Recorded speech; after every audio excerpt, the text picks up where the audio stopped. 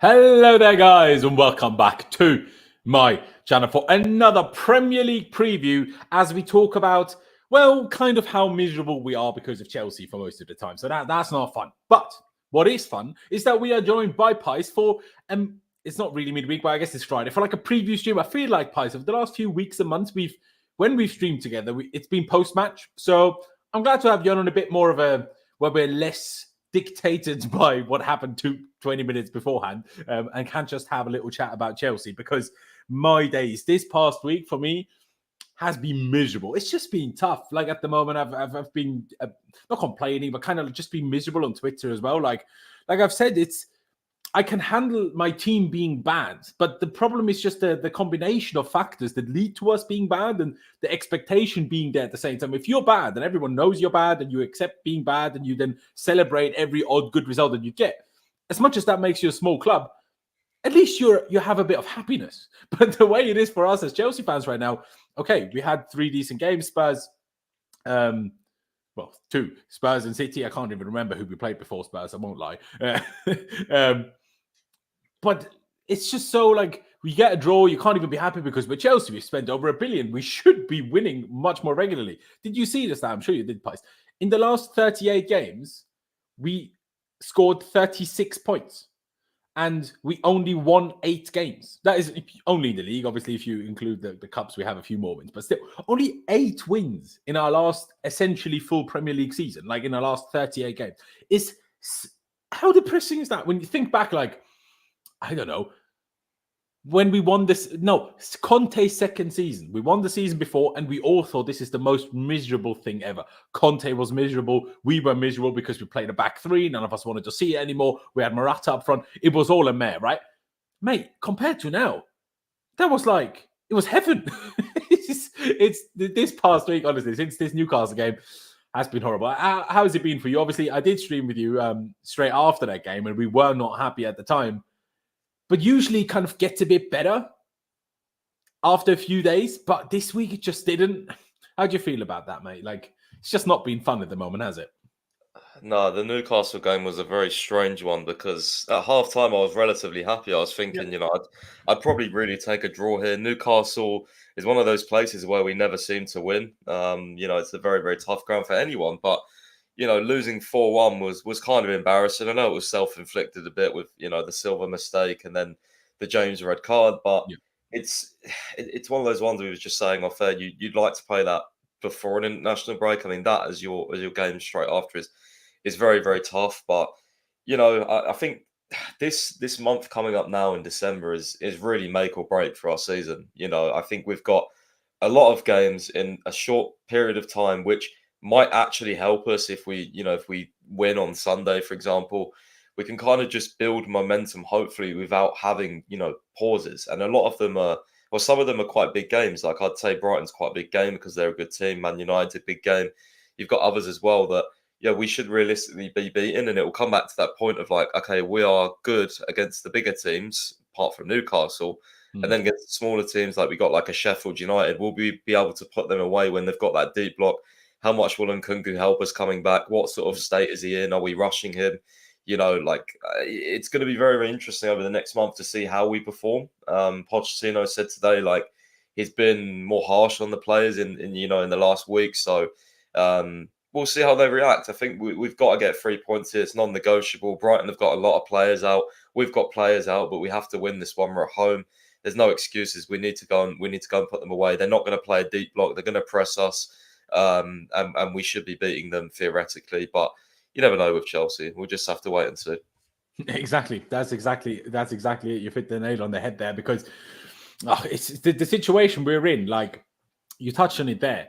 We are good against big teams, but we still don't always beat them. Okay, we beat Spurs, fantastic, but we didn't beat Liverpool. We didn't beat Arsenal. We didn't beat City, even though we played well against all of them. Against City was like, because it's City, I think all of us took that draw and were reasonably happy with it. Against Arsenal, we threw away a 2-0 lead when we easily deserved to win that game. Against Liverpool, it was a bit more on the edge, but because it was the opening day, we took it. But now, weeks later, after you've, like, yeah, we play well against big teams, but when you then don't beat them, it makes it even worse that you can't beat the lesser teams because, like, where are your points coming from? Like, we're still 10, like I just said, 36 from our last 38 games. So bad. So there's less than a draw per game. Like, think about that. It's less than a draw per game. Awful record. By the way, everybody watching, welcome. Idrizo, Kushal, RD, Ricky, EPL Turf as well. Welcome to all of you. I hope you're all well. By the way, if you haven't already, please be sure to subscribe. Hit that like button. That would be massively appreciated. Pys, before we get into talking about tomorrow's game, our issues, Brighton's issues, I did decide to take a bit more of a look at the opposition as well again in these preview streams than we maybe have done for the last little while.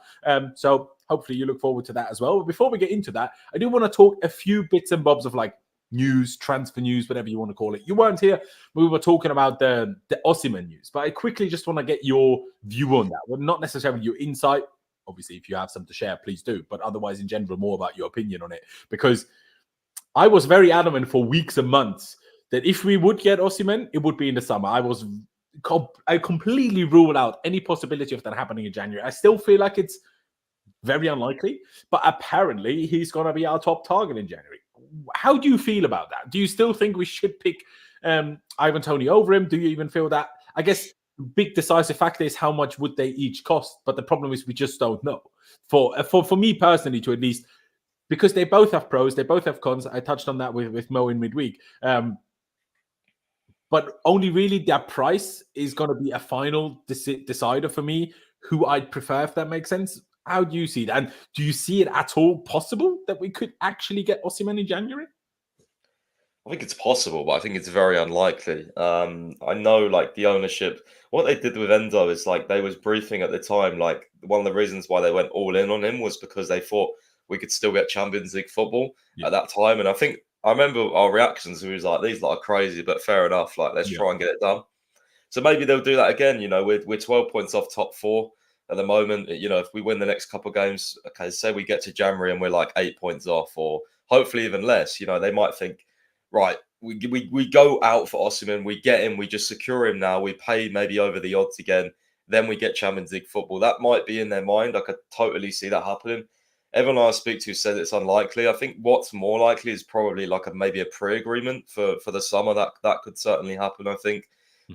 That's kind of, you know, maybe what works for all pies, because, you know, ADL wants to keep him the Napoli president. Obviously, Osimhen, I don't know what he wants to do, but I think obviously he would jump at a move even in January, to be honest with you. I don't think he's getting on great at Napoli. With obviously they've changed their coach and obviously what happened. So yeah, but I think a pre-agreement could be something that you might see, or Chelsea might try. Don't you think he'd be concerned about us not getting Champions League? I don't know. Honestly, like, there's going to be players that are going to be like, yeah, sure, like that's you know, I have to play Champions League, but to be honest with you, like, especially with Mykhailo involved behind the scenes, because you know that's going to happen. I generally think he's one of the players like a Caicedo and an Enzo, where they'll probably get sucked in by the project of you know, Chelsea and how these owners and the sporting directors seem to somehow, you know, convince everyone to come here, which is, I've always said, very impressive in the transfer market. Just awful. I genuinely still feel like we should, on a monthly basis, meet with all the referees, just convince them of liking us, because we seem to manage with players, but the problem is that doesn't get us fucking points. So yeah, I mean, I'm honestly, like, this ownership has changed me from like, yeah, there's no way we get X player without this, without that, to like, we can get anyone, because it's been proved we can literally, whoever we go for, we seem to get. So, you know, there's been the odd case when Boehly first arrived, like with Rafinha and stuff, but, you know, still, like, it's most of it, like, I'd say like 90%. You had Ugarte in the summer as well, but that is like, at some point, we just out. I feel like it's seemingly the biggest issue, or not issue, the biggest deciding factor usually is who or is anyone rivaling us to the signing. Like you say, you had Ugarte. We tried to do it. PSG comes in. We were like, nah, we're not matching that. We're out. With Rafinha, obviously, we had our bid accepted by Leeds itself, but Rafinha weren't having it because he wanted Barcelona. But with Enzo, we didn't really have, at least in January, we didn't really have that competition. Okay, with Caicedo we did. But because Liverpool came in so late, it was simply too late for them. Like, we had simply convinced him of joining us. Obviously, him being a Chelsea fan when he was younger obviously helped. But I who knows if Caicedo picks us, if Liverpool had started talking to him as early as we did. Who knows? Like, we'll never know for sure, right?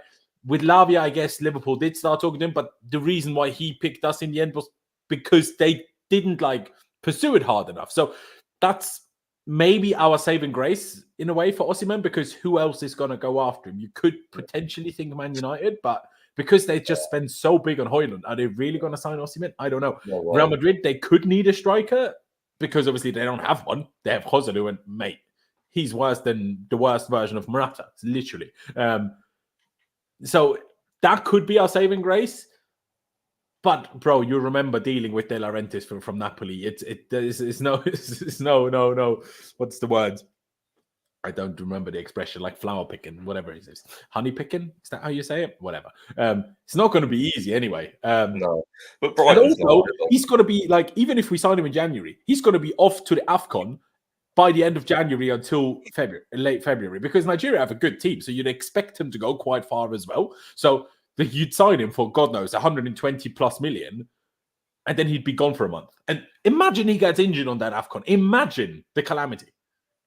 Well, this is the other thing with Osimhen as well, is his injury record's not actually that good. It's not awful, though. I feel like it's a bit exaggerated, personally. I don't know what you think. It's not awful, but I was looking at, there was a picture the other day, and he had at least a page of injuries. I didn't really look at the context, but still, I mean, it's like... I can bring them up. We brought them up last time, but I can bring them up again. I don't mind him for that much more. I'm still undecided. I think Osimhen's a very exciting signing, but so is Tony. I think I watched his podcast when he went on with Stephen Bartlett, the entrepreneur, and he was talking about like how motivated he is now to come back and do even better because of the ban, and he wants to like right his wrongs and everything. The issue I have with Tony is he seems to prefer Arsenal, and I think even Fabrizio said that like Chelsea are not 100% convinced, and like his idea is Arsenal. But saying that, like David Ornstein, when I'm subscribed to The Athletic, I see a lot of like he does like these weekly columns like live Q&As at the moment, and he's been asked about Tony a couple of times, and he's kind of like played it down for Arsenal, at least in January, because he's been saying like how they've got FFP issues, and like this is why they structured the Raya deal in that way, because of FFP, and they need to sell players. Maybe they'll sell Nketiah or something and then have money, but I think either is there for us. I think if we want to get one of these players, we can 100% be that foot in the door for one of those players. And I think we're like the guys that can do a deal, I think, for either player, whereas I think other clubs have restrictions. Even Real Madrid, I don't think they'd go for Osimhen. I think they'd go for Mbappe. I think that's what they're waiting for. I think that one's the inevitable, like, next Galactico transfer. Manchester United aren't going to, displace Højlund. They spent a lot of money on him. Arsenal are there, but again, FFP problems. Liverpool, I don't think they'll sign a striker. I can't really see it happening at the moment. They've got a lot of attackers that score goals. They're doing well. And City don't need a striker. Spurs ain't got that sort of money. And why would you go to Spurs anyway? No offense. I don't care if they're doing well. So yeah, I don't really think there's a lot of options out there for Tony or Osimhen. PSG ain't going to sign a striker. I mean, maybe when Mbappe leaves, that could happen, but I don't know. Like, I get the sense like you can picture certain players at certain clubs, and for me, Osimhen is one of those that I can see at Chelsea. He's almost like that sort of. Like I'm not going to say like Drogba regen or whatever, but you can kind of see him.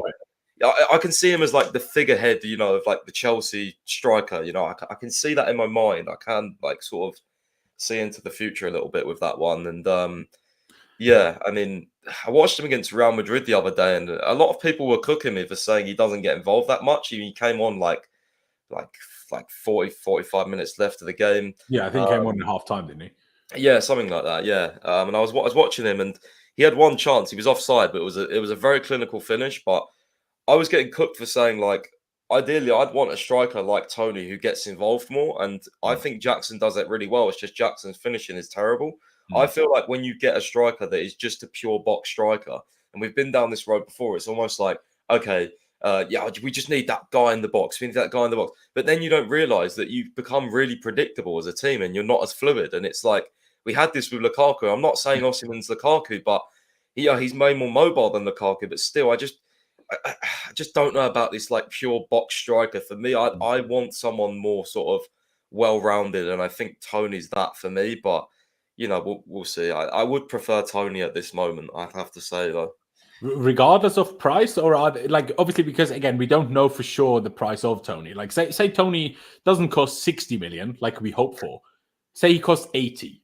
Does that put it into a position, because he's what, 28 now? Like, where you're like, is that worth it as such? Especially because I know Premier League experience, and I know I say that quite often, and I go on about this quite often, but Premier League experience, in my opinion, is only relevant when he's played for a team that face similar issues to yourself. So, like, if he played for Arsenal or City or United, then that's valid.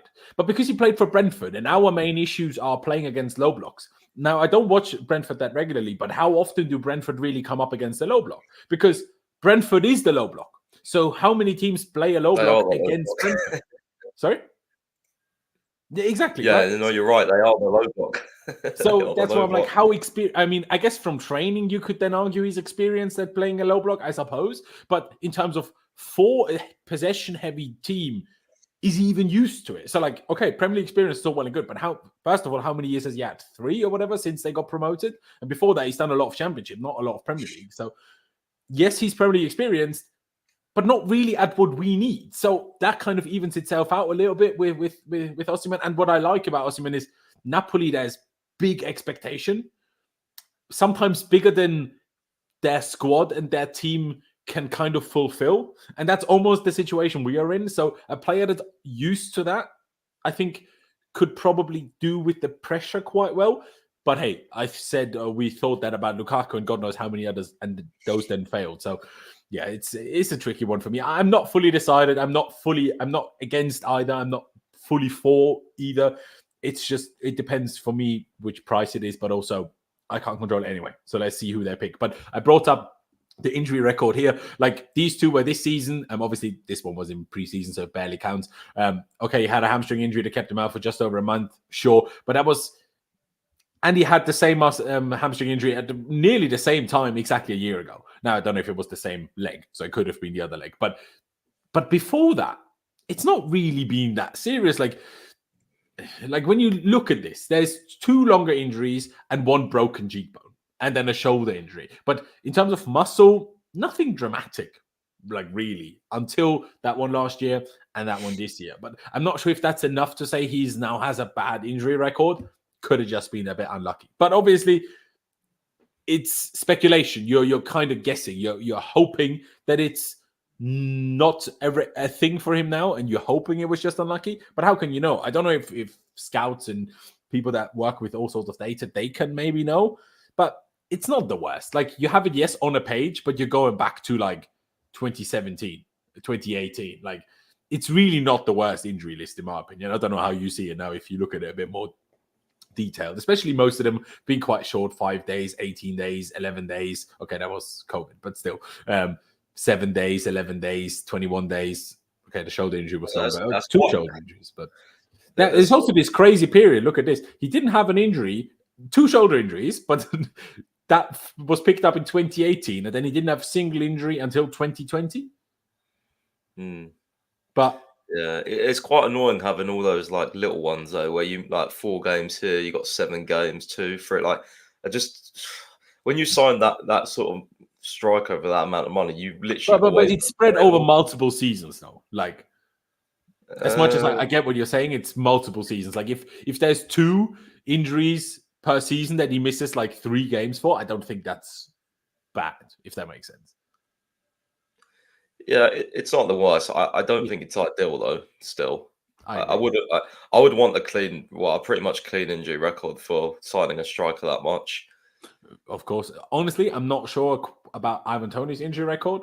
Yeah, that would be interesting to look at. To be fair, I guess I can bring it up. Why not? Ivan Toney. Can you not just show it to him? Thank you. So, stats, injury history. Well, he's had 1 injury, and that was in 2016. There you go. So that's the sort of thing I want from a striker. Like, always. He played for Newcastle then?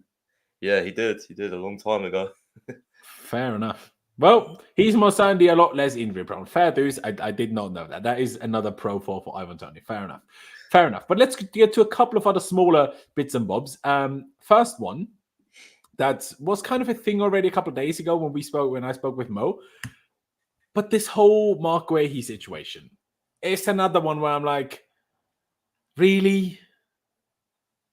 Like, I like him. He's a good player, and I would have been happy to keep him at the time, and I would have been happy if he stayed and played. But I just can't. I know it was the old ownership that sold him, but I still cannot understand why this is the position we're in when you literally have Chalobah there. And is Guehi better than Chalobah? Yeah, probably a little bit. But that's significant that you'd probably sell Chalobah for 15, 20 million now after not playing for God knows how long. Still injured, by the way. And then you spend, what, 50, 60 million on Guehi, maybe 45? You're not going to get him for cheaper, are you? So, I don't know. It's just, as much as I would, if we got him and he was here, I'd be happy because he's a good player who I like, who has leadership qualities. So, I'd like that. But before it's actually done, I'm like, nah, this is not the kind of signing that I think we should be going for right now. What about you, bro? Yeah, no, from me. Honestly, I don't know why we even want another centre back. I mean, maybe when Silva leaves, but he might stay. Like, for me, the thing is with this is like, if you're signing someone like Guehi and you're spending like 40, 50 mil, surely that automatically means he's like, yes, the Chalobah replacement, but also the Silva replacement. Because if Silva then stays next summer, well, why the hell do you need a 40, 50 million pound centre back? And Guehi's not going to leave Palace, where he's captain of the team and he's playing every game, to be on the bench at Chelsea. It's not happening. Like, he's going to have some sort of guarantees. So for me, I don't know. I've never been a massive fan of him. I can't lie. I think he's good, but I don't think he's that good. And also, he's not good aerially. And we have issues aerially. And like, he's a smaller sort of centre back. So we also have Bashir Humphreys on loan, who was great in pre-season. Like, if we want a centre back to come in and replace Chalobah, sort of in the squad as how he was, and obviously not totally be frozen out, but sort of, save you money. Why not just use Bashir Humphreys next season? I don't know. But if we are replacing Silva as well, I want someone a bit better than Marc Guehi, in my opinion. But yeah, I don't know. Like, I can also see this ownership just going to sign, like, I don't know, that young Sporting centre-back for a ridiculous amount of money. Diamande, there's probably others on the list, but for me, I'm not a massive fan of Marc Guehi. I would honestly rather keep Chalobah than sign Marc Guehi. Fair enough. I don't fully agree with you in terms of judged by the ability. The aerial thing might be a fair point. But yeah, there you go. In general, I'd also wouldn't be who I'd go for. But I want to echo what you said as well. I just don't understand why seemingly centre-back is a priority for this transfer window. I just don't understand why that is the case. I just can't understand it. Like, we'll get into our team for tomorrow later, but we might turn up tomorrow with 4 centre-backs in a back 4. Like, the last... fair enough. That is all our fit centre-backs right now. That would be all of them, I think. Yeah, it literally would have to be. But you still have Fofana and you still have Chalobah. Okay, if Chalobah goes, but like you say, until Silva leaves, I just absolutely do not see the need to sign another centre-back. And the only thing that's making me think that is considered is because Pochettino sees COULD too much as a left-back. And that in it of itself annoys me anyway. So, yeah, I'm against signing a centre-back in January, but it seems like we will. So, I guess let's wait and see. I'll bring up the Andrey Santos situation in a second. I do want to bring them up because Ashraf has brought up a few quotes by Hakim Ziyech here, seemingly after the Galatasaray against Man United game. He said, Chelsea, we can talk about that for a long time, but the conclusion is that things did not turn out as we had hoped. It was a period full of coaching changes, nagging with the club management, the departure to PSG that did not happen at the last minute. It was disappointing in terms of football. We had 3 teams with top players. At a certain point, we run out of patience. Selection with 40 players for one team is simply far too much, and it's asking for problems. Ashraf, can you link that to me on Twitter, bro, please? I want to see that. Yes, thanks. Please link that to Pies, because I'm sure Pies wants to post it. At the same time, none of what he says here is a particular revelation. I don't think he said anything bad. He didn't slag us off in any way, really. Everything he said is obviously true. But like, that, I don't really know. There's nothing really much I can do with these comments because the problems he mentioned are all problems we all know all too well. And yeah, I'm just happy that he managed to be a hindrance or a dawn in the eye of Man United. So big up yourself, Hakim. I still hope that they at some point. That's another thing. We'll talk about Andrey Santos now. because Chelsea seem very likely now to recall him from his absolutely diabolical loan at Nottingham Forest. But the problem that we face, as it says here, reported by The Athletic, Strasbourg are interested in him. But you are limited to 7 international loans nowadays. And we already have those 7 fulfilled, including Hakim Ziyech, who is on a free loan with a free option to buy at the end of the season, which is ridiculous because doesn't his contract run out? So I don't really understand that anyway. But regardless, so if they would somehow make his loan a permanent move in January, then we could loan Santos out to an international club. But if we don't do that or recall someone on international that we then on an international loan that we then loan out nationally or keep, then we can't really do much with Santos. But bro, does this go down as the worst loan in Chelsea history, or is he still pipped by Ethan Ampadu to RB Leipzig? I was going to say, surely there's worse ones, but this is. I think Ampadu is probably the worst, but this comes a close second. This has got to be up there. I mean, even at least Ampadu played against Spurs in the Champions League and started that game. I mean, Andrey Santos has even played a game for them. I think he's played like 3 or something, right? Like, yeah, I think he's come off the bench with them. So not the way one maybe in a cup once, but not in the league anyway. Like the way they were sort of briefing how like, oh, this is a great place for development and bullshit like that. I see Steve Cooper was saying quotes basically inferring that, well, he's not our player, so we're not using him, essentially. It's like, what, like, who sanctioned this? Who did they speak to? I don't understand, man. Like, such a terrible loan after such a good preseason as well. Like, yeah, it's really disappointing. As soon as they started signing all those midfielders after they signed Santos, I was panicking. So, yeah, I mean, at the time, I'll be honest, I was maybe a bit naive or too just optimistic because I was like, nah, it's got to be okay, because surely our recruitment team wouldn't have agreed to this loan if they didn't have some sort of assurances or whatever that he would get game time. Well, I was wrong. Angelo didn't start a single game in 2 months. Is that true? Didn't know that. But fair enough. I swear he was like banging at the beginning, so I don't really understand that. But anyway, because the frustrating thing is like, Ugochukwu hasn't been bad overall, but recently hasn't looked particularly great. And I'll be honest, like, obviously we've only seen Santos in pre-season, but still in pre-season he looked better than what we've seen from Ugochukwu so far. So I'm like, I don't know, like we would have been better off just keeping him. You could even argue not even signing Ugochukwu. I mean, I just felt that from the first place, not because there's anything wrong with Ugochukwu, but we had Santos, who's a year younger, and in terms of talent, at least how they're viewed and regarded by the public and people in football, far more talented. So why would you need someone a year older in the same position? I just do not get it. But yeah, I mean, what do you think we will do with him? Like, do you think we'll end up somehow one of the international loans will get either terminated or turn into a permanent move, like potentially for Ziyech, and then we can loan him to potentially Strasbourg? Or will we recall Angelo, especially if he's not playing regularly? I don't know. Or do you think we'll keep him, loan him to another like English team? Like, could he end up being with a championship loan? He could do, but the good championship clubs, they won't want him because they have their squad settled. They will not use a loan from the Premier League club either now, will they? So then you'd have to send him to a lower championship club on loan. And then you're like, is that even worth it? You might as well keep him then, right? So what do you think happens with Santos from here on out? Obviously, we'll recall him seemingly, but then what? I think we'll try and look for another Premier League loan for him, but we're going to have to be... If Forest don't play him, who will? Well, I mean, Forest's pretty stupid for not playing him, in my opinion, because I think he's a really good player. So. There you go. Yeah, there's also that. I think... But now he hasn't played in 6 months, right? Like, that also makes other teams less likely to want him, I think. It's a weird one because he's far too good for the Championship, let's be honest. Of course. So maybe it's an abroad one. I mean, Strasbourg, I don't know, it doesn't really inspire me for Santos.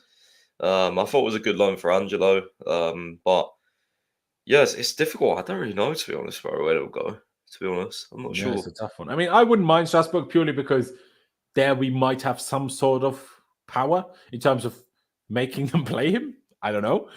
Because what all these young players need is game time more than anything else. Like, it's not the best league, the Liga, but it's still a good league and he can develop and properly adjust from youth football to senior football.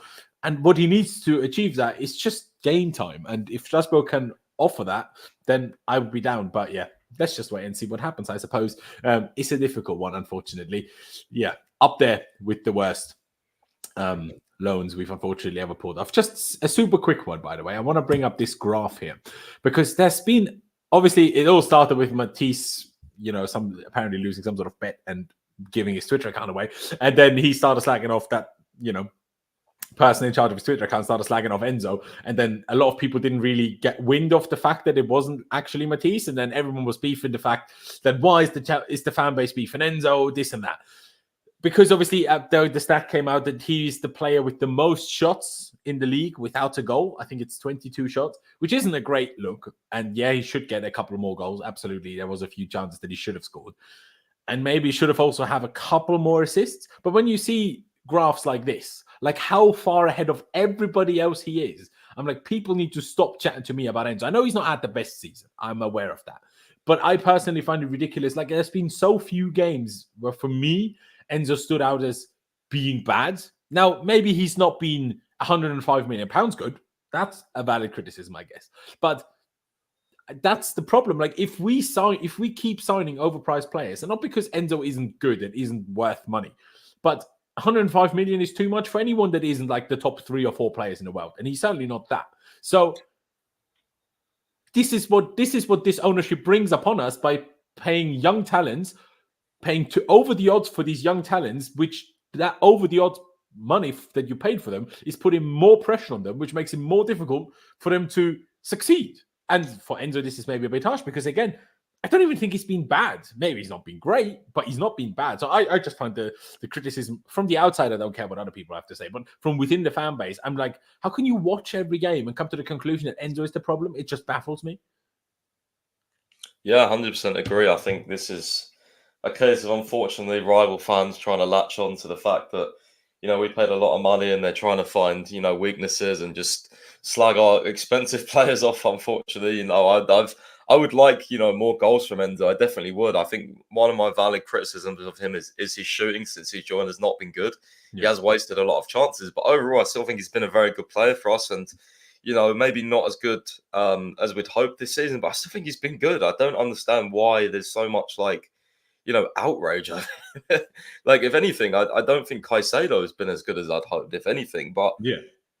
Still, it's like these guys are, it's literally pointless. If you're a Chelsea fan and you're having a go at either of these players, it is pointless. They're not going anywhere. Like, they are here for years and years and years, and they're only going to get better. Like, let's be serious here. So it's like, and for rival fans, let them do their thing. I think they're stupid, honestly. This all stemmed from some idiot saying that what was the difference between Enzo and Newcastle John Joe Shelby. It's just hilarious. But the hairline, I guess. But yeah, otherwise, it is true. Again, it's in particular in that Newcastle game, John Joe Shelby probably could have done the same job. But that doesn't mean Enzo is now bad, and the team needs to be, taken into consideration. And I'm not saying necessarily like who the players are, but how the team is performing. Like, unless you're Messi or maybe Mbappe or Bellingham or whatever, I know the Bellingham situation is part of the problem because Bellingham bangs so hard and Enzo costs essentially the same money or even a little more, and he's not. That's why people are a bit like, if you pay this much money, that just needs to be more. And I get that. But that's not the player's fault. That is not the player's fault that so much money was paid, because a certain amount of money goes from one bank account to the other bank account doesn't mean the ability of a player just goes up. It's not how it works. You are as good as you are, and clubs pay for you what they do, and then just need to do the best of what you can. But yeah. And remember Enzo against Bellingham in the Champions League last season. We all know who won that battle twice, both legs, by the way. So, and this is proof, by the way, the team matters. Like, Bellingham at Real Madrid looks as if he took another huge step from the Bellingham he was at Dortmund, because Dortmund isn't as good as Real Madrid. Like, those things have to be factored in, right? Yeah, and they're different players as well. Like, Bellingham is playing so far up for Real Madrid. Like, he's almost playing striker in particular. Number 10. He's scoring so many goals and he's good at shooting. But it's like Enzo can't score as many goals as Bellingham can, but Bellingham can't sit as number 6 or whatever and dictate the play as well as Enzo can. So they're different type of midfielders. So to say that, one is so far ahead of the other is just ridiculous. Just because one is scoring more goals. Like, this is the thing with Endo as well. It's because, one, we aren't winning, and two, he doesn't get enough goals or assists. People are like, oh, well, he's shit. Well, no, he's not shit. You just don't watch us, so you don't see what he does in 90 minutes. You know what I mean? You don't see what he does in certain moments. You just look at Chelsea lost again. Oh, Enzo didn't score. Oh, he's shit. 105 million. That's literally what it is. That's all it is for rival fans, because they don't watch us. And then I'm seeing people say, oh, Rice is having a better season. Yeah, but Rice is playing for Arsenal, who are really good. If Enzo was at Arsenal, I'm not saying he'd be necessarily better than Rice. They're, again, different players. But he'd also look really good for them, in my opinion. And Yannick, I don't, like, it's not just you, right? But and I know, like, I love Lewis with all my heart. Like, we go all the way back. But the way he and a lot of other creators and other people just online that aren't even creators just find it funny. Like, you are a Chelsea fan. Why are you calling your own player Flopenzo? Like, think about what you're doing here. This is your player. Do that for Man United players, for Arsenal players, for Spurs players, not for your own players. I know we all do it with Gallagher, with Havertz, with Mount. We do it for all of them because it's funny. I get it. But think about that. Like, it's so like, it's so screwed in the head for me to be like that for our own players. I just don't get it. I don't get why people do this. Yeah, it's my take. I know people do what you want to do, I guess, but it's not for me. That's all I can say. But yeah, I think in terms of news, there was this funny bit that has come out. You've posted it the other day by Matt Hughes. It said Pochettino is as surprised as anyone by Cole Palmer's superb start at Chelsea because the manager had to be persuaded to sanction a £45 million signing. Pochettino felt the team had enough wide players, but was persuaded to go ahead with Palmer by influential director Joe Shields. Now, interesting in the get-go that, Pochettino wasn't necessarily convinced by it initially, but what I find arguably even more interesting to take from this, because it happens, not everyone, because Palmer hasn't played a lot, Poch wouldn't have seen that much of him to really make a perfect judgment. That's why you have scouts who are better suited to make judgments like this than a manager, because manager has limited time and Palmer barely played. So how can you really judge him? But the interesting part for me is that he sees him so clearly as a wide player, because to me, he's still not a wide player. To me, he's a wide player when everything is perfect and you have Reece James bombing forward behind him and then he can cut inside to almost be like a right number 10, then sure. But as an out-and-out wide player, I don't even think he is that. So that's, for me, almost the thing I take most from this. But your thoughts on this in general, whether that's the wide player bit or Poch not being sold on Palmer initially? Well, I mean, I don't think we did have enough wide players, to be honest with you. I know he was using Maatsen there in pre-season, but we didn't have an abundance of wide players. So, yeah, I think Palmer's position is interesting. I would prefer him to play as a number 10, but when he is playing on the right-hand side, he is drifting in quite a bit. So he does get to those central zones. And I do think the next few weeks can be very interesting as well, because I want to see, like, when Nkunku actually starts, I want to see where he's going to play. This is like one of my most sort of like, oh, I can't wait sort of moments, because I think it's just going to be really interesting to see who like suffers from this, whether it will be Mudryk, it probably won't be Sterling, but who will it be? Will it be Gallagher? Probably Mudryk, realistically. Yeah, probably. But then he's like, at certain points this season, like Poch is almost kind of, I've had like the vibes that he's kind of made him his like little personal project at some points, like there was like a period where he wasn't playing great and he played him for like the next 2 or 3 games at starting. You remember that sort of period? And I was like, okay, so he obviously does believe in him then. So it's going to be really interesting. Obviously, we've got Chukwuemeka to come back as well. So a lot of players in these attacking areas. But yeah, I mean, it's not like horrendous that a manager had to be persuaded for someone. Obviously, ideally, you'd like them to be on board with every signing, but this probably happens with Pep and Klopp as well. Like Klopp had to be persuaded to sign Salah. So, well, it's not that deep, to be honest. But I did think it was interesting, to be fair, because Joe Shields does have a lot of influence, and going back to like the Lavia point, he was probably one of the main reasons why Lavia joined Chelsea. It's because he had that connection with Joe Shields, and we was mentioning this before the summer, like 3 months before the summer started. We was predicting who we'd sign in midfield, right? And I always said, well, I reckon one's going to be Romeo Lavia because of Joe Shields. I could see that happening. So when a director has a literal sort of like affiliation with these players and knows them personally, it always helps so much. So, yeah. Exactly. Yeah. No, I agree. But like you say, it's going to be very interesting because as much as, on performance level, maybe that's justified or whatever else you want to say about it. But if Mudryk suffers from Nkunku because we're sticking with Sterling, who can't even be bothered unless we're playing City or some other huge team to do anything when he doesn't have the ball at his feet, like we saw against Newcastle. And then I see half the fan base jumping on other players that suffer from Sterling's lack of work rate. And then instead of vilifying Sterling for not working, we're vilifying Cucurella, who had to mark 3 players at once. And they're like, oh, shock, he couldn't. What a surprise. Like, who can?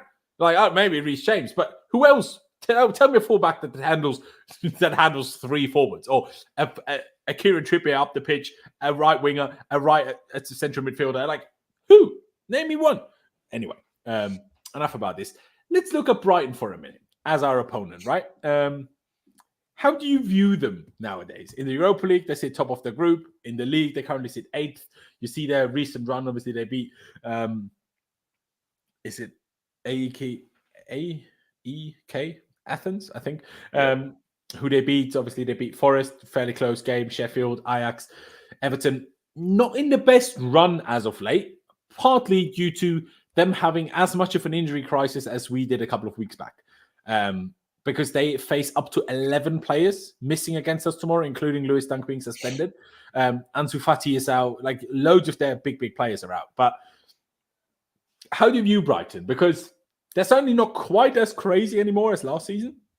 Is that other teams finding out how to beat the Serbi? Is it the Serbi losing some important players like your Caicedos and a few others? Or is it just Brighton obviously having the playing in Europe as well as the Premier League, having that double, what's the word? Like workload, I suppose. Where do you think it stems from? Do you even think they've got worse? Is it just because of injuries? How do you view them? I still think they're a very good team, to be honest with you. I think they're struggling a little bit more against deep blocks this season from what I was seeing. But I think they've got some very good players that can cause us a lot of damage, even with their injuries. I remember the pre-season, when we played them in pre-season, they were hardly playing their strongest team. And I was thinking, like, holy shit, they're so well drilled. Like, even their, like, second, third options just they play such good football. And I'm a fan of De Zerbi. I think he's a really good manager. Obviously, their recruitment's been great. And it's going to be a difficult game, but with their injuries to some of their players, like Lewis Dunk is going to be a massive miss for them.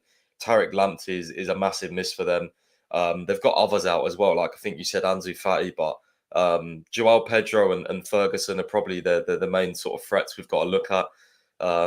Who else is out for them? I can't quite remember. There's a lot of players that are out for them. So I have to tweet, but so yeah, it's like you mentioned, Ansu Fati, Tariq Lamptey, where is it here? Adam Webster, Estupinian is out, Solly March, James Milner, Danny Welbeck, Encizio. Remember, he scored that absolute worldie against us. Mitoma is out as well. Thank God for they have a lot of players out, like a lot of players out. But, you said all those names, and the one I'm most happy with is Danny Welbeck because he scores every single game against us. So thank God he's out. But yeah, I didn't know Mitoma was out. I swear I saw Chelsea fans going crazy about that. Maybe I'll have to look that up. That's fantastic news if he is. Well, unless I misread it, I'm reading the article by Nizak and Seller here. Did I misread it? I just read through all the names that I saw here. Maybe he's like a doubt or something. But I'll read the whole little paragraph here. It says Brighton now have an extensive injury list which features defenders Adam Webster and Estupinian, along with the versatile pair of Solly March and James Milner, plus forwards Danny Welbeck, Julio Encizio, and Kaoru Mitoma. So Mitoma came on last night because I've just seen Brighton's tweet. So maybe he's back now, but he might not start. So maybe he won't start. I think this article is from 11 hours ago. So if he played yesterday, I don't know if he got injured again or what happened, but I don't know either. But I can just go off by what Nizar wrote in his article here. That's all I can go off. But when I look at some of these stats, like, okay, FOTMob rating is maybe, let's not take too much into that, being 14th there, but goals per game, 4th amount of goals in the league. Goals conceded, okay, they're only 15th, but makes sense with the way they play. Average possession, they're second, only behind Man City. I think we're like fourth on this, by the way, with like 59%. Expected goals, 8th. Okay, we are 3rd here, but still, shots on target, they're 2nd. Big chances created, they may only be 7, but they're a strong team, and they're the kind of team that are exactly like, I know we beat them in the cup, but obviously, they rotated arguably a bit more than we did. And the cup is a different ballgame, you know? We have less pressure in the cup because in the league, we're like, if we drop points again, we're even further away from the goals we want to achieve. Sure, in the cup, if you lose, you lose. But it's different, I feel like, because most of the drama or most of the emphasis is being put on the Premier League. And Brighton are a good team. So you would argue we should be good against them because they leave space. But it's also the type of game that worries me, where I'm like, are we going to be up for it as much as we were against City? Or as we were against Spurs? Because if we're not, a Brighton is even more dangerous than these low blocks. Because against the low blocks, it's more about us failing to beat them. And then we somehow concede a stupid goal. But if we're not fully up for it, and they better be after the bollocking they got from Poch in the week after that shambolic performance at Newcastle. I don't think that will be the case, but it could be the case. I think if we are not fully there, I think we could get destroyed again tomorrow, unfortunately. I'm not saying we will, but we need to turn up. If we do what we did against Newcastle, we will get destroyed. Is that how you see it? Or are they good enough, and because they play a high line, do they fall into the category where you'd expect us to be good against? I think we'll be good against them. I'm just a little bit worried about our defence tomorrow. Our fullbacks, I'm a little bit worried. I mean, we'll talk about it, but Brighton are very good attacking, and I can definitely see them scoring 1 or 2 goals, but I can also see us scoring 2, 3, 4 goals. Like, I really can. Brighton are not good defensively, and they're going to have dunk out, and they're going to leave space, and we're going to get chances. So it's fingers crossed that we take them tomorrow, because we really need these 3 points. It's the fan base will be so toxic if we don't win on Sunday. It will be a nightmare, and it would be great to win, because it will give us that like baseline to go on, and you know, we'd have Man United next, so it would just be good if we could win this game. Like, start moving up the table, please. Like, we won't even move, but you know, we'll be slowly sort of getting there. You know, if we do win and then win the next few games, this is what we need to try and do. The games are winnable we've got coming up, so yeah. Like Lampard says, on Sunday, not tomorrow, but yeah, it happens when you do preview streams on a Friday. But yeah, like you say, but that's my worry. Like, I even think we can or maybe will win tomorrow. The problem is getting Sunday. A few wins on the bounce. That's the part. Keep saying Sunday. We keep saying Saturday. Yeah, true. Yeah, you know what I mean. Like that's the part I doubt. They're getting multiple wins in a row. I just don't think. I'm not sure if at any point this season we'll have the consistency to win more than 3 or 4 games in a row. And if we don't, then how are we ever going to climb up that table? Do you know what I mean? It's not the ideal situation to be in, but let's get to Chelsea. And let's start with the injury report that Chelsea put out ahead of every match day. Injury update ahead of Brighton, on which both Lavia and Nkunku are still mentioned, but I will get to Nkunku again in a second. But also Malo Gusto is on there. What on earth is happening with Malo Gusto? I'm not sure if you know anything or whatever, Pies, but he went on international duty with the French under-21s, then pulled out. Well, they basically assessed him and they sent him back, as far as I understood, with some sort of knee issue. They called it some minor damage to whatever else. And it didn't seem like it would be a major issue, but now he's still out. And I don't know why, and I don't know how long he's going to be out for. But it's just like, it pisses me off so much that we bought him to be the backup to Reece James because Reece James is injured so much. Now, Reece James isn't actually injured, but Gusto is. And Reece James goes and gets himself suspended. They absolutely did. At 3-1 down as well. Like, if he did that at 1-1, fair enough. But at fucking 3-1 down, we had lost. Everyone knew we had lost. I don't care what anyone says. We knew we weren't still winning that game or even getting a point in that game. And Reece and Cucurella, by the way, both get themselves suspended for the next game at a point when we had already lost. This game is ridiculously stupid. But do you know anything about Malo Gusto? And Carney Chukwuemeka, by the way, also very concerning and very questionable. He was basically back. He was back in team training, I think. All of a sudden, he's injured again. And that's, what, a month and a half ago already now? It's utterly baffling. But yeah, on Gusto and I guess anyone else that you want to touch on too. Yeah, no, I don't know too much other than I think it's his knee, isn't it? I think so. Yeah, it's it's annoying, like you said. It's really frustrating when you buy someone to be the backup to Reece James and then they're also injured. I mean, that is typical Chelsea, though. That's typical our luck. To be fair, it's there's nothing you can do about it. And even we can't even have Marc Cucurella doing another Aspilicueta shift because he's suspended. So Yeah. yeah, we've really got no options really at right back, apart from putting a centre back there, which I guess we'll talk about. And Carney again is a weird one, and we need some sort of update about this because it's been too long. It's the only time I've seen him is recording that FIFA YouTube video they've just done. Yeah. What is happening with him? So weird, isn't it? Yeah, And because weird. obviously with Palmer's resurgence, because by the time Chukwuemeka got injured, had we even signed Palmer yet? Just about, if anything, right? He would really have made that 10 position, in my opinion, his own until Nkunku came back. But because of that injury, he's now so far down the pecking order, I don't even know if he has a future at the club anymore. And it's purely because he got an unlucky injury. It's ridiculous.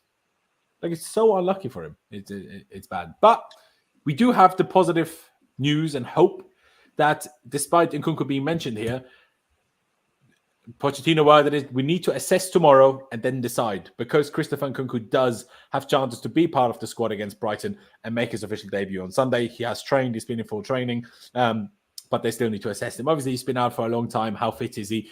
He obviously did most of preseason, I guess, but still not all of it. But there is hope. Pys, do you think using him on Sunday, bringing him off the bench, would be a risk? Would be rushing him, or do you think now is almost the time where now we can play him?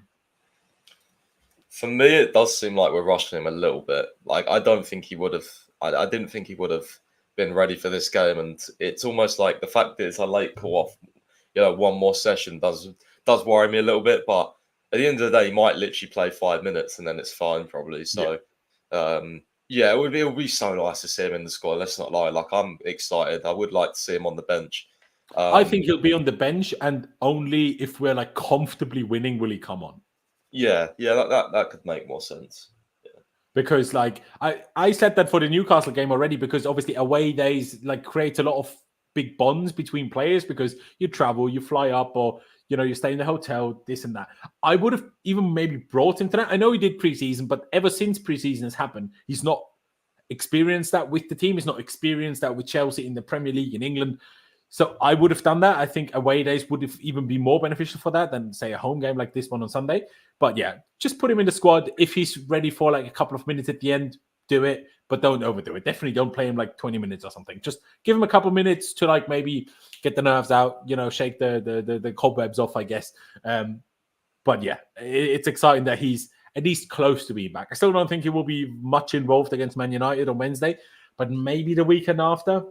Or maybe the Carabao Cup in the midweek after that. That's when we could start seeing serious minutes from him. I'm not sure when he'll start, but yeah, it's exciting, isn't it? Like, I still fear that me, myself, and also us as a fan base and as a club put too much faith and hope in him, if I'm being honest. Oh, they have, 100%. I think for a player that's been out since pre-season to literally brief that he's going to be the one to turn our season around. And the way they've protected Poch by literally saying all these, Chelsea reporters by being fed info probably from the club by saying like, oh, he was planned to be our goal scorer. Like, this is why there's issues. Like, I don't care, man. Like, you had a situation. Yes, it factors in, but it doesn't excuse some of the performances we've seen. It doesn't excuse some of the finishing we've seen. It doesn't excuse some of the attacking play we've seen. You know what I mean? Like, I honestly, don't get me started on this. It really annoys me, but and the worst thing about this is like the fans will buy into this and they'll get really excited. And if he doesn't do well in the first month or whatever, if he doesn't come back and save our season in quotation marks, people are gonna have a go at him. Like, how is that fair? Like, motherfucker's been out since pre-season. Like, it's nearly like January. Like, you guys need to chill. And honestly, like, I'll be there defending him because it is ridiculous. If I see any slander towards him, like, for the good first few weeks, then you are off. You are out of your mind. Honestly, you're out of your mind. I agree. I absolutely agree. But you also know that they will do it. I know Enzo is now been here for nearly a year, but they've come out, the cretins have come out for Enzo. The cretins have come out for every player. Like Levi Colwill, one of the most talented centre-backs in the world. And our fan base is more busy slating him than being happy that we have him. It's outrageous. This fan base honestly doesn't even deserve good things, quite frankly, because unless we win every single game, they will always hate on something or someone. Mate, we could win. We were winning the Champions League and half of our fan base was slating our half our team. We're just a ridiculous bunch of people, and that includes me. I remember we won the Champions League, and that very night, people were arguing over who needed to go in the summer now that we'd won the Champions League. Like, what? Why would you talk about that? It's funny, but it's like not at the same time. Yeah, I mean, this is literally that.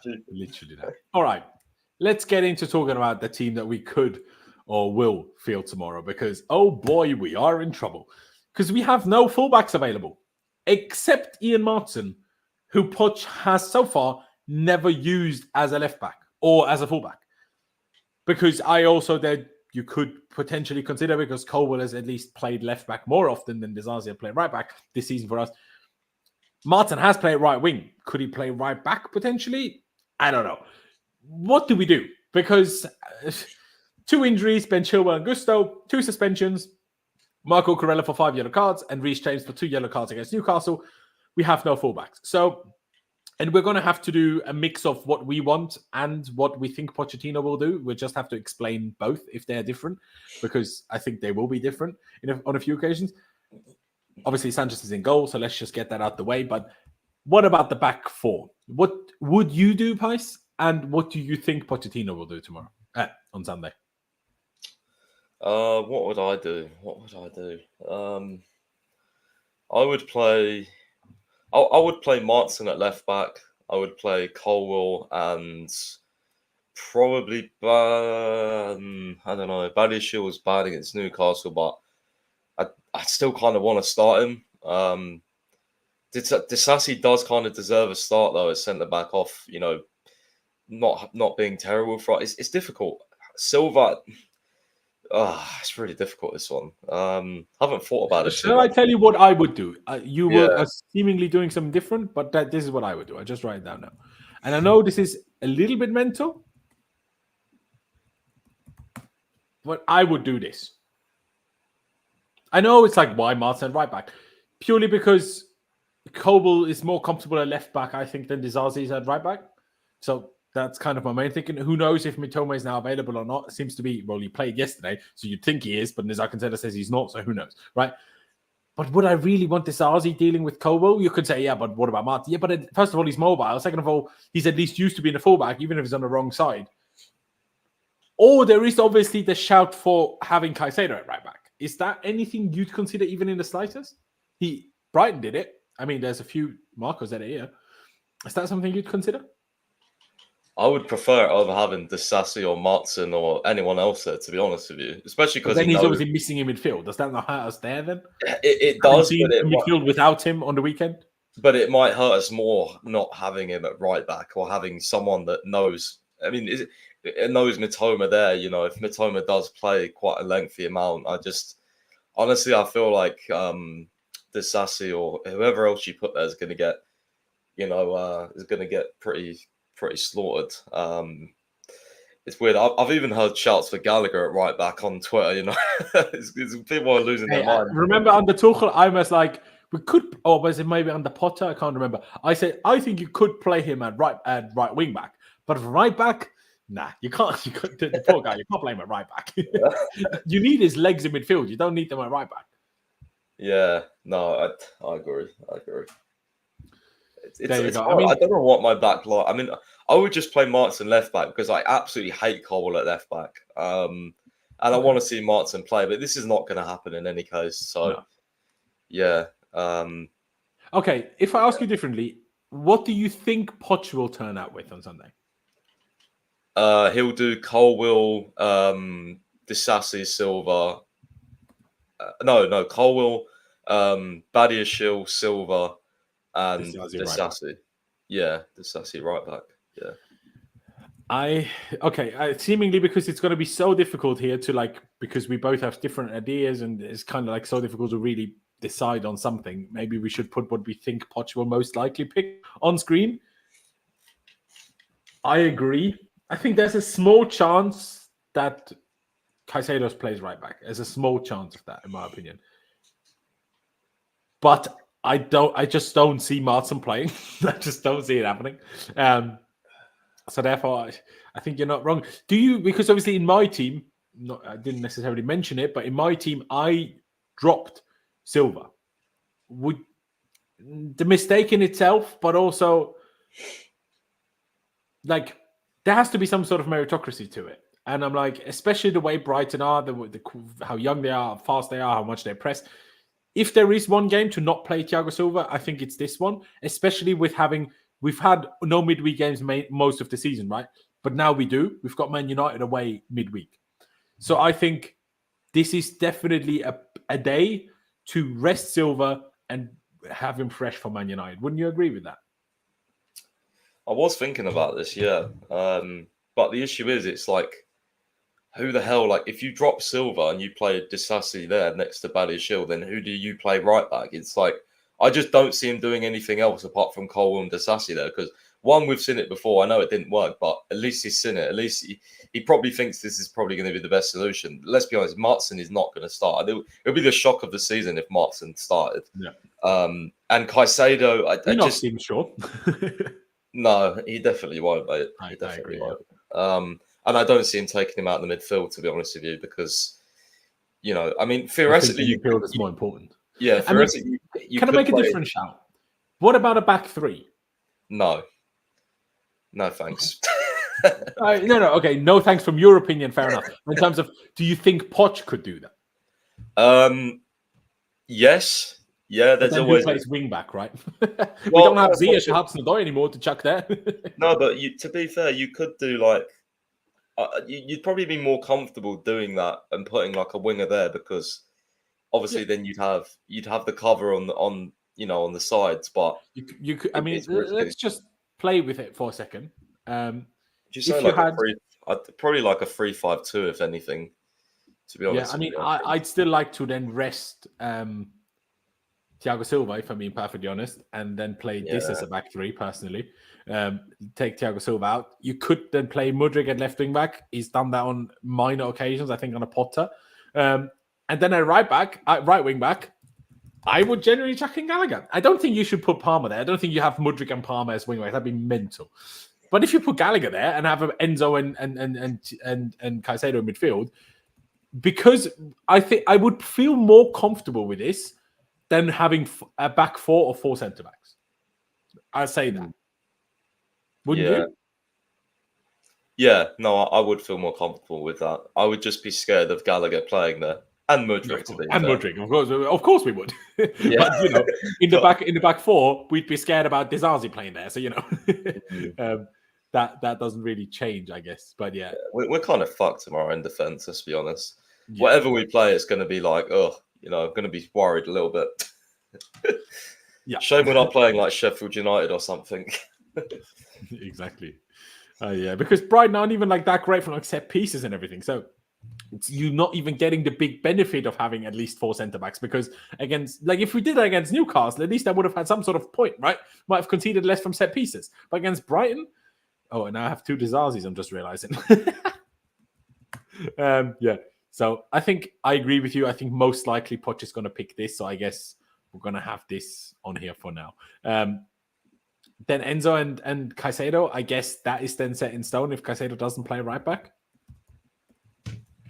Yeah, we'll be them two in midfield. There you go. What about in front of that then? Gallagher is the 10 again? Is this predicted or what we want? I mean, tell me both, but in the end, what we're going to put on screen is predicted.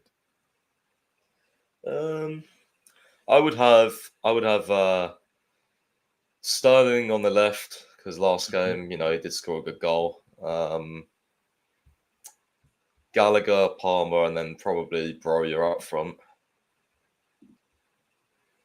But you did mention Gallagher. Okay, there you go. Yeah. It's a tricky one. Away with like the striker and the winger for now. I think Gallagher's good in this game because Brighton will try and play out the back, and he's going to be good for our press. I think Gallagher.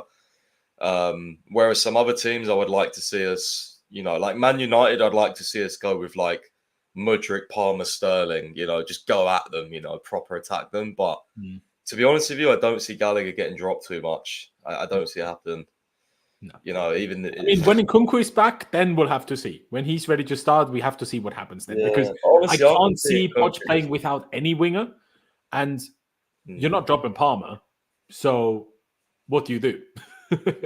It's annoying because I want to see Mudryk start, man. I really do. But I know we're doing predicted, but I was so annoyed by Sterling in that last game, but absolutely refusing. Like, we all saw those clips, didn't we? We all saw the combination of his lack of work rate. It pissed me off so much. I don't care if you scored a really nice free kick. You cannot play, in my opinion. You cannot act this way. And sure, maybe he was absolutely brilliant in training all week after they all got the bollocking from the manager, and maybe he will be amazing on Sunday. Maybe. And he will work super hard. But I'm not there at training. I have to go by the last game. And off the last game, I'm not playing Sterling again. And I know we're doing predicted 11. I don't care. I'm not putting Sterling on the screen today. Unless it would be Sterling and Mudryk. That would be a different conversation if we were like, okay, let's do two wingers, which I would potentially also do at Man United. But maybe, arguably, Brighton is even more suitable to play both wingers with having that extra pace and stuff than it is maybe against Man United. I don't know. But yeah, we all know it's going to be Sterling, but I'm just going to put Mudryk there anyway. But yeah. And are you very much adamant about Broja for Jackson? I mean, this could have been a great conversation, but we just agree because, yeah, I would also go with Broja. Now, some people said, oh, yeah, is Broja really better than Jackson? I'm like, maybe not. Maybe he is. Who knows? Fact of the matter is they're both the same age. They've both had not too different amount of goals like before this season. And Jackson, because of being fit, he's just had the chances, and sometimes he's taken them, sometimes he's not taken them, not necessarily in terms of chance in front of goal, but the chance of getting to play. But I think it's also, now that Broja seems to be fit, I think it's also Broja's time to get those chances. You know what I mean, Pies? Because I want to see Broja. Let us see what he can do if he gets a few games. Because we saw that from Jackson. Let's see with him now, because we're going to probably sign a striker in January, and until then, I want the manager and I want myself to have been able to get enough of a picture to really see who I want to be the backup, if that makes sense. Yeah, 100%. I think long term anyway, it's going to be Jackson, but I want to see. No, if Broja does better. You told me, and you tweeted this by now, the whole like scouting data and whatever those metrics about how great they think Broja is. I don't know how much they're going to go by that. Jackson, in the grand scheme of who else we've bought, it wasn't really that expensive. So who knows if that's enough that he will be the backup. I don't know. Yeah, I just think because Jackson's been the starter all season, he probably gets the benefit of the doubt. And he has scored 6 goals, to be fair. But I think Broja, it's a good chance to give him, a game or two, see if he can get some confidence, see what he's like in front of goal. You definitely say Broja is the more natural finisher and the natural striker than Jackson. So I don't see why we would also create less with Broja in the team, because Broja does get involved a lot in the play, and I think he's more of a box presence. I think he has better runs. He's much better in the air. So why not play him? Give him a start. It has to be one of these next two games. If he's ready. I'm not 1,000% sure if he is ready to start, but I assume so. But then again, would I prefer him against United? I assume he can't play both with 3 days in between. We did that last time when he came back from injury. He got straight back injured again. So let's not do that. He can only play one of them. But I would probably say more Brighton than United, and against United, the type of counter-attack and striker that Jackson is, even though Broja is arguably maybe even faster. I think the style of striker Jackson works a bit better away at Old Trafford than maybe at home. But yeah, I'm glad you also saying Broja. It maybe didn't lead to as much of a conversation, but yeah, I would absolutely go for it and hope he takes his chance, both in front of goal and for getting to play. When you see this team, bro, I know you said there's no excuses. We need to win. They have potentially up to 11 players out missing, even though that seems to include Mitoma, who everyone thinks is fit. So I don't know how it's actually 11, but anyway, it is on. If we're actually going to turn up with this back four, it's going to be so terrifying. We're going to have so little pace. I also feel like in moments when we attack like with structure rather than on the break, who's going to go forward? Like, where's the overlapping run coming from? Like, you need overlapping. You don't need overlapping runs necessarily and always feed them the ball and always need to give the fullbacks the ball to cross or whatever. But you need them to be there to occupy opponents, to give more space to the attackers. Because if the fullbacks don't push up, their winger and their fullback and their defensive midfielders, they can focus on one player. But if you have the fullback pushing up there, they are split because they need to cover the passing option as well. So this is why it worries me. Not only is this a defensive issue, Disasi against Mitoma, for example, it's also a drastic offensive issue, having two centre-backs at fullback. Was that under Tuchel still? When away at Palace, remember when we played 4 centre-backs? Who was the left-back? I can't remember who played left-back, but Christensen played right-back. And I think Malang Sarr probably would have been the left back. And my days, what a terrible day that was. So, why are they saying tomorrow? I know it's on Sunday. It just comes out that way. Stop being so flipping nitpicky about which day we say it is. We all know we play Sunday, all right? Calm down. But yeah, isn't that what worries you the most as well when you see this team? Like the rest, sure, they've all had their pros and cons and issues and whatever. But 2 centre backs at fullback is just not it. Like it just really isn't.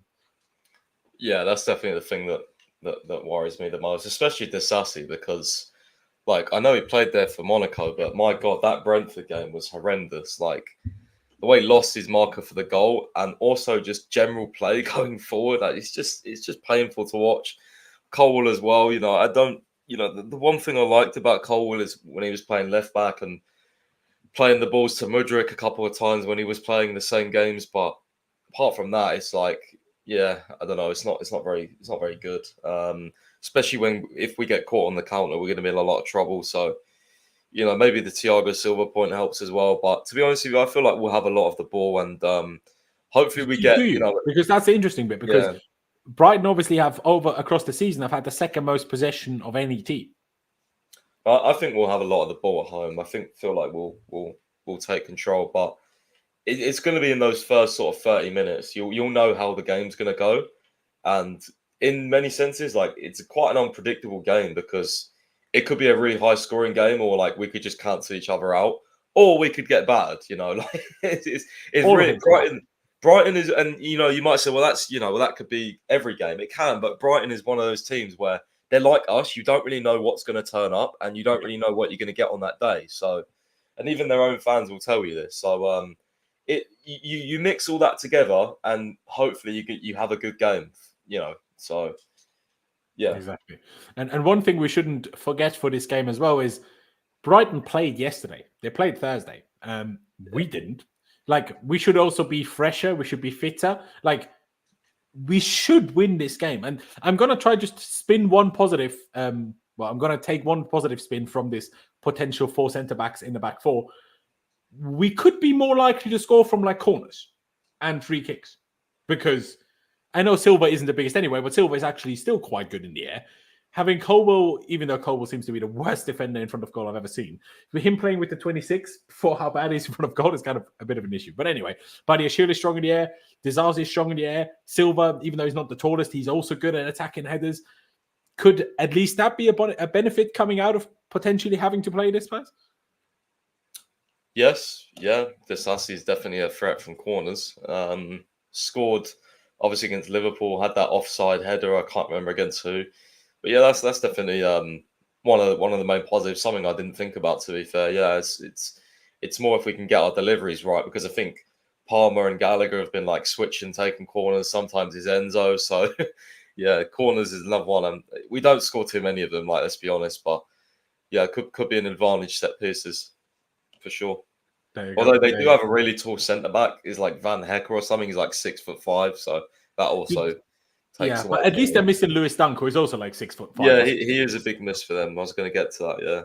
There you go. Both in playing out from the back because he's very good with the ball, but also obviously from set piece, defending them and attacking them. So from that perspective, certainly a big loss for them, as well as a lot of other misses that they have, obviously. Before I ask you about the score prediction, I quickly want to react again to what Yannick is talking about there, because he thinks he's funny. You can't speak about players that way. See, the big difference here, Yannick, and I can't understand why people don't get this.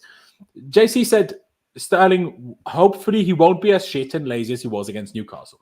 That's an analysis of JC, whether you agree with it or not, it's irrelevant here, of how he thought Sterling did against Newcastle. What you are doing is calling him a flop and finding it funny to turn his name into flop. But flop is very different to flop means permanently bad. Bad signing, will never come good, is a flop. Saying he was shit bad in one game, that's fine. If you said Enzo was shit against Newcastle, fine.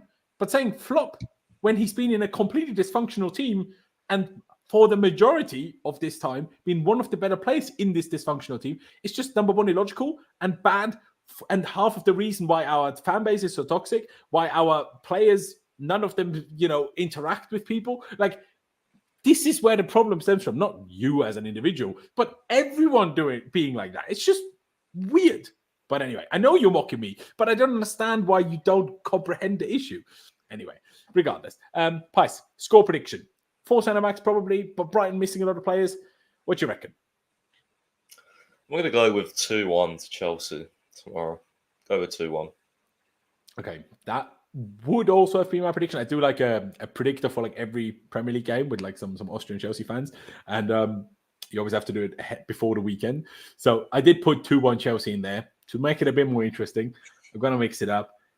I'm going to say 3-2, Wouldn't surprise me. So I'm going to say 3-2 Chelsea. It'll be fun at least. But yeah, at the end of the day, it's a must-win game. They play on Thursday. They have more injuries than we do, and not a lot of teams do. So they have more injuries than we do. Yes, we don't have fullbacks because of suspensions and injuries, but still, there is no excuse. Like, there has to come a point where we need to just start winning. And I want to finish it off, Pys, by asking you about how you think things could still develop. I know you and me spoke privately in terms of what could happen to Poch, but Poch's start hasn't been better than Potter's. And you were one of the people that very early jumped on the back of Potter, fair enough. But a lot of people, including myself and a lot of other people, were defending Potter before Christmas, just like people are now defending Poch. In terms of, it'd be outrageous if he got sacked. Because I tweeted today, in terms of what the upcoming fixtures are, there's 2 ways this goes. Either we do well and we still somehow qualify for the Champions League, not Champions League, some sort of European competition, Conference League, Europa League, maybe, whatever. Or we are dreadful and Poch gets sacked by the end of it. Not necessarily instantly by the end of December, but at some point. Because it still feels identical to last season to me. Now, yes, a different squad, and there's a few more excuses that Poch has because the team is so much younger and stuff now. But Poch had preseason, which Potter didn't have. So I guess that could also weigh itself out. Like, once it becomes bad enough, the league position and the lack of improvement, if it doesn't happen, and hopefully it does, but if it doesn't happen, there will come a point again where a lot of the owners, the fans, could sit here and say, just like with Potter last year, it's gone so bad, he just has to be sacked now. Even if a lot of people said 2 months before that, we can't sack him, we are not in a position to sack another manager.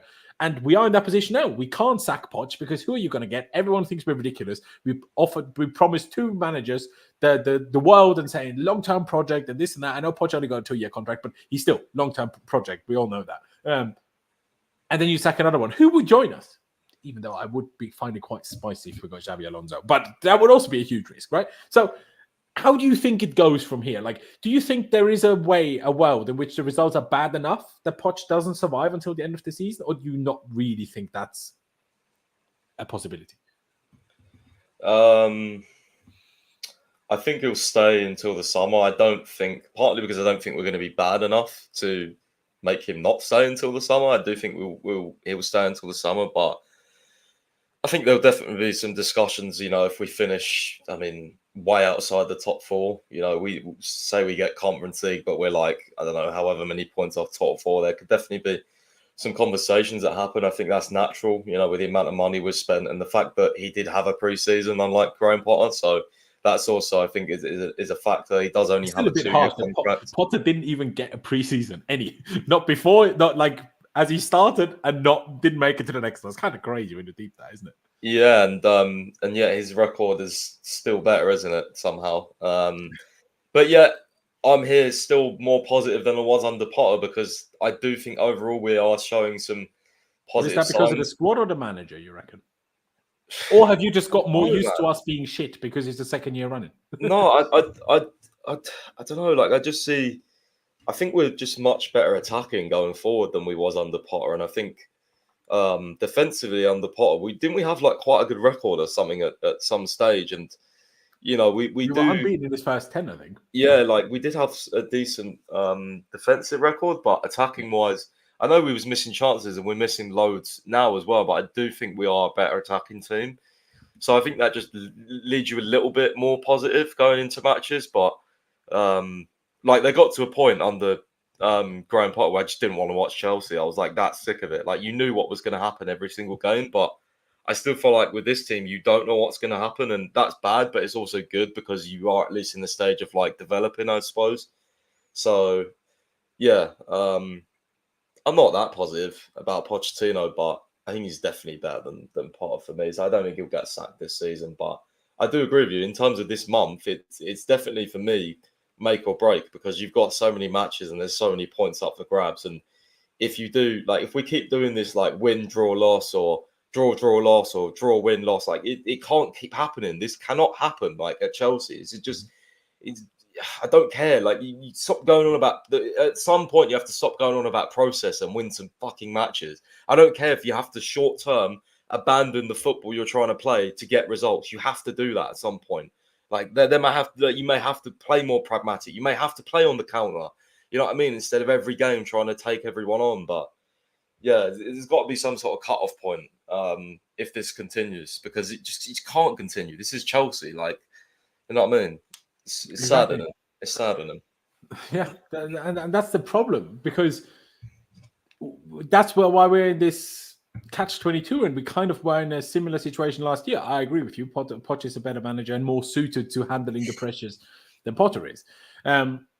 I do, but I personally think that as an attacking manager, I think Potter is actually better as that than Pochettino is, in my opinion. That doesn't mean that overall he's better, but as creating a successful attacking team against things like low blocks, I think Potter is much more likely to succeed at that than Poch is. But he didn't have the rest of it, so it was kind of irrelevant by the end. But we were in a situation where I said, yeah, well, we're not going to get a great manager after if we sack Potter now. And in the end, I'm not going to say Poch is a bad manager, but he's not in the top tier of managers. Neither is Potter, obviously, but Tuchel was, and the managers we had before that was. And if you sack Poch now as well, you're probably going to have to take another step lower in ability of manager, because the big ones, they're going to tell you to go do one. They're going to say, call me again in 5 years, once you've proven you've kept the manager for more than 2 weeks, and once you're back to being better than 10th. That's what the big ones would say, and I would do. I would be too if I was one of those managers. Like, the only one you could maybe try is Xabi Alonso, because he's obviously hasn't done much as a manager. But, I mean, who knows? Unlikely. But imagine Xabi Alonso wins the Bundesliga with Leverkusen. Mate, he's going to laugh in our faces if we even called him. Like, he could get fucking the Real Madrid job, because they don't know who's going to take over from Carlo Ancelotti just yet. Might well be Xabi Alonso, right? But, yeah, it's a difficult situation. Let's hope we win tomorrow. Let's hope we have a good December. Like I tweeted yesterday, all I want for Christmas is for Chelsea to be good again, because, my God, I cannot hack it anymore. Please, for the love of God, just win some games. And also in January, don't buy some more unnecessarily overpriced players. Okay, buy a striker, but that's it. I don't need more. I don't need a centre-back. I don't need this. And just leave it. Just stop buying overpriced talents, for the love of God, because they're not going to work out. We're going to lose money on all of them. We're going to get 10 years of transfer ban. I'm exaggerating, obviously. But yeah, we're going to leave it at that. Hope either one of me and Pies is correct with a 3-2 or a 2-1 prediction. Just get the win, Chelsea. Again, they played Thursday. They have half the squad injured. Just get the win. No excuses. We're Chelsea Football Club. You need to win. You're good players. Play like it, for the love of God. But yeah, we're going to wrap this one up here. Ladies and gentlemen, if you're still here, appreciate you very, very much. Subscribe if you haven't done that already. That would be massively appreciated. Hit that like button on your way out. That helps a lot, spreading these streams out to more people. So please do that. We massively appreciate it. And please check out Pys's website, londonsfirst.com, as well as his Twitter. Both are linked down in the description. Of course, you all know him on Twitter anyway. But in case you don't follow him already, please do. And like I say, yeah, subscribe. But yeah, thank you guys for watching. Up the Chelsea, upwards and onwards. And we'll see you next time.